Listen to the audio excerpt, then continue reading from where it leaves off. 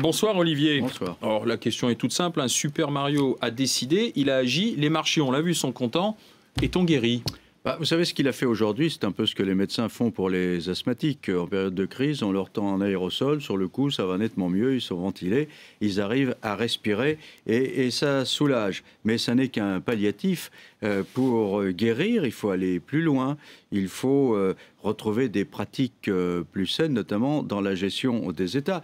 Prenez l'exemple des Américains. Depuis longtemps, la Banque fédérale aux États-Unis produit de la monnaie. Pour autant, les États-Unis ne sont pas sortis de la crise pour autant. Enfin, tout de même, c'est une bonne nouvelle. En donnant ce feu vert, Mario Draghi va soulager aussi les pays concernés et qui sont un peu écrasés par la dette. Là. Oui, c'est vrai que Mario Draghi confirme qu'il est un remarquable président de la BCE. D'abord, il a laissé filer ces derniers jours des rumeurs selon lesquelles la Banque centrale européenne ne ferait rien aujourd'hui. Du coup, comme elle a agi, les marchés n'en sont que plus contents. Ils ont été favorablement surpris. Et puis surtout, il agit avec méthode parce qu'il ne prêtera aux pays en difficulté que lorsque ces pays auront demandé une aide au fonds de solidarité européen, c'est-à-dire que lorsqu'ils auront admis un certain nombre de contraintes, de réformes structurelles. Et c'est comme ça d'ailleurs que l'Allemagne a accepté de lever son veto. Angela Merkel aujourd'hui a dit qu'en agissant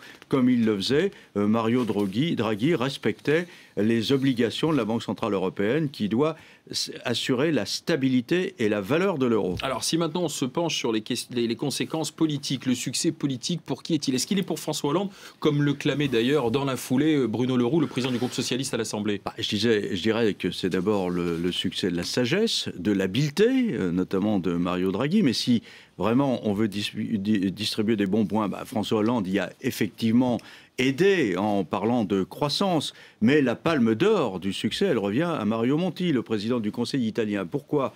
Parce que d'abord, cette situation, cette décision d'aujourd'hui n'a été possible tout simplement que parce que Mme Merkel, au fur et à mesure que les mois passaient, a compris que son pays lui-même se portait beaucoup moins bien qu'elle ne l'espérait et que par conséquent, pour se sortir d'affaires, il avait besoin tout simplement que ses voisins soient en bonne santé. Et il se trouve que parmi ses voisins, il y a l'Italie qui est en énorme difficulté. Il y a quelques mois, elle n'aurait jamais accepté avec Silvio Berlusconi de lever le veto qu'elle a levé avec Mario Monti. Pourquoi ? Parce que Mario Monti, c'est tout simplement un homme qui a une réputation de sérieux et qui ne gaspille pas l'argent public. Et donc aujourd'hui, on est dans cette situation où effectivement la Banque centrale européenne aide contrepartie de réforme de structure. Et ce message, il est adressé très vigoureusement, très loyalement à tous les pays de la zone euro, France comprise.